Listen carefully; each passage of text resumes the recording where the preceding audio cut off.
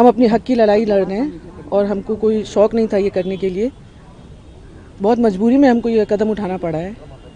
और जब एक लड़की का जन्म होता है, वो जब बड़ी होती है, यही सुनते हुए बड़ी होती है कि लड़की पराया धन होती है, उसको दूसरे के घर जाना होता है।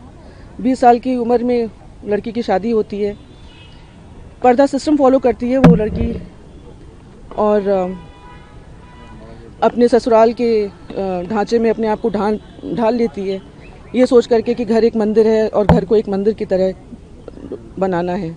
3 बेटियां होती हैं उस औरत की, उस महिला की, और फिर उसके ऊपर उससे ये कहा जाता है कि लड़के नहीं हो रहे हैं तो दूसरी शादी करनी पड़ेगी, क्योंकि वंश कैसे चलेगा, लड़कियों से वंश नहीं चलता।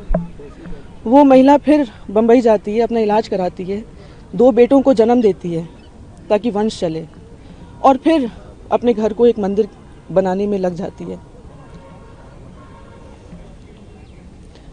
उसके बाद बाहरी औरतें घर के अंदर आना शुरू करती हैं, वो विरोध करती है, विरोध करने पर उसको घरेलू हिंसा का सामना करना पड़ता है।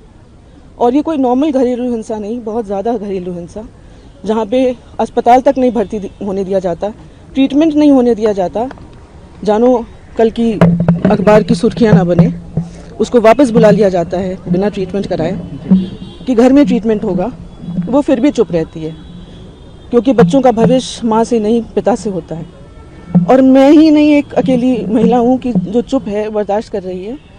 हमारी जैसी बहुत महिलाएं हैं जो चुप रहती हैं, बर्दाश्त करती हैं अपने बच्चों के लिए, अपने घर के लिए। पूर्वज जो बना करके गए घर को समेटने के लिए, बहुत कुछ सहना पड़ता है एक औरत को। फिर गोली चलती है, वो तब भी चुप रहती है। फिर उसको उसके दस्तखत फौज किए जाते हैं, संपत्ति नौकरों के नाम दी जाती है, ड्राइवर के नाम, खाना जो बनाता है उसके नाम, MLC के नाम, अननोन लोगों के नाम, ताकि उसके पास कुछ भी ना बचे। फिर डिवोर्स फाइल किया जाता है और डिवोर्स के आड़ में इतने सारे केसेस उस महिला के ऊपर थोप दिए जाते हैं। पुलिस प्रशासन उसके अगेंस्ट झूठे FIRs लॉन्च करती है, झूठे चार्जशीट लगाती है लखनऊ पुलिस।